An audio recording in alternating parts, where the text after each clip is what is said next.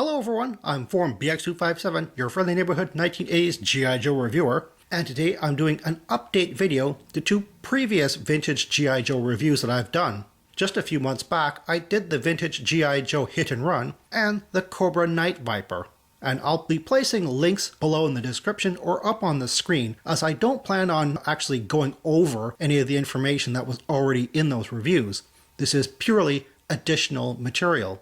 Now, unfortunately, I filmed those two reviews right when I was going on vacation, so I was a bit distracted and quite frankly a little bit burnt out and desperately in need of that vacation. So there were a few things that got left out which I think should have been placed in there. And there was actually one mistake which I think I should really correct now. Well, you're probably wondering what I got wrong or left out on my Hit and Run review. Well, as it turns out, quite a bit.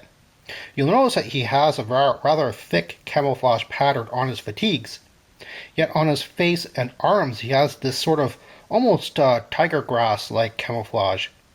And I believe the difference there isn't just that he has a difference of a camouflage pattern, but rather to denote that he's put that camouflage camouflage makeup on himself. So that's why it's a thinner material, because you'd have to put that on with your own fingers, so it wouldn't really be as thick as the fatigues. At least that's just my opinion anyway. And you'll also notice that he has red goggles. And these are the night vision acclimation goggles, rather than just electronic night vision. A red visor will actually help your eyes acclimatize to the dark naturally. That's something that the 1986 low-light figure had.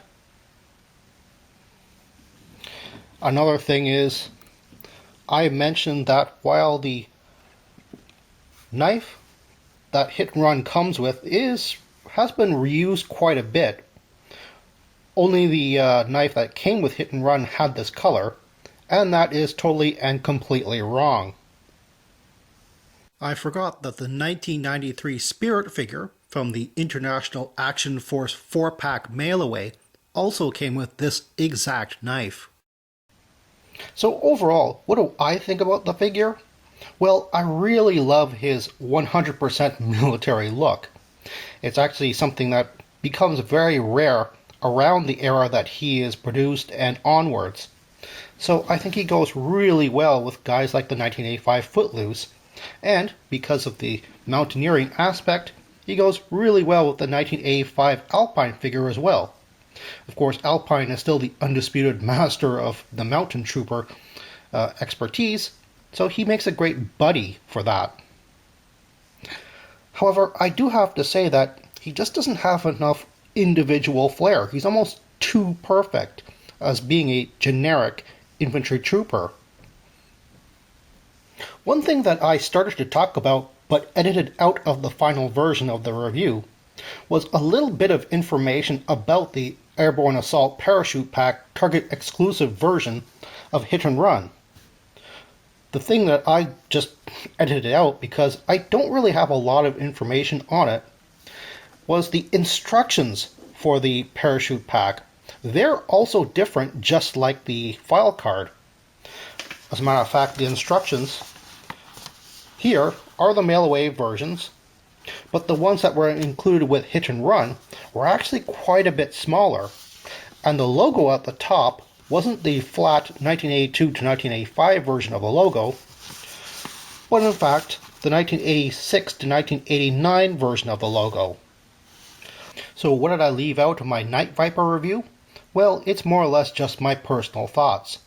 I think that this is a really great figure, even though he kind of stands out from the rest of the Cobra Legions, especially all the other specialty Vipers who might have kind of weird sculpts and sometimes very bright colors.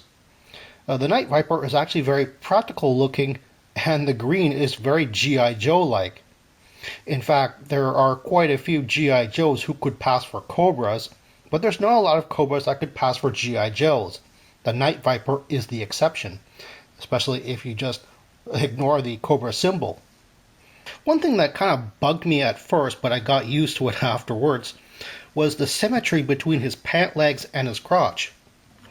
As you can see, the sides of his pant legs have this black ribbed part, but when you go up further to his waist, all of a sudden it switches sides, and the black rib part is in the middle of his crotch. It's almost as if either the pant legs were reversed or the crotch part was reversed. Unfortunately, I found out that it is supposed to be that way, and it's just that way for practicality purposes. Hasbro just didn't want to do a paint job properly on here, and instead molded half the leg in black plastic. And you'll see what I mean if you take a look at his prototype artwork. And this is artwork by Dave Dorman, and you can see that it wasn't ever meant to go all the way up his leg. In fact, that black part was supposed to be in front of his leg like padding. And like I said, Hasbro just decided just to mold half the leg in black plastic just to save on paint apps. And if you'll notice, Dave Dorman actually painted the symbol as well as his arm badge in almost a glow-in-the-dark color here. And I believe that's what led a lot of collectors to think that the Cobra symbol and the badge might have been IR badges. Overall, I have to say I'm really grateful of having both of these figures in my collection. I think they're great representations of what Hasbro could do in the late 80s, when a lot of the other figures became more sci-fi oriented and a bit more colorful. As a matter of fact, you might have to look fairly hard to find a good deal on both of these figures, as sometimes online retailers, like I said in my original review of Hit and Run, they erroneously pair this figure with the Airborne Assault Parachute Pack and artificially raise the price. And then there's the Night-Viper, where a lot of collectors, they kind of army build this figure, so it kind of depletes the market, usually only very temporarily. Unfortunately, online sellers kind of notice that and do tend to raise the price on him as well. But I bought these figures both at toy shows, and both of them I think were well below what you would find on eBay. Well, that's all the time I have right now. Please check out my Facebook page for more information and behind-the-scenes photos for these reviews. Thank you for watching this video, and stay tuned for next time to see another 1980s G.I. Joe toy review. See you then.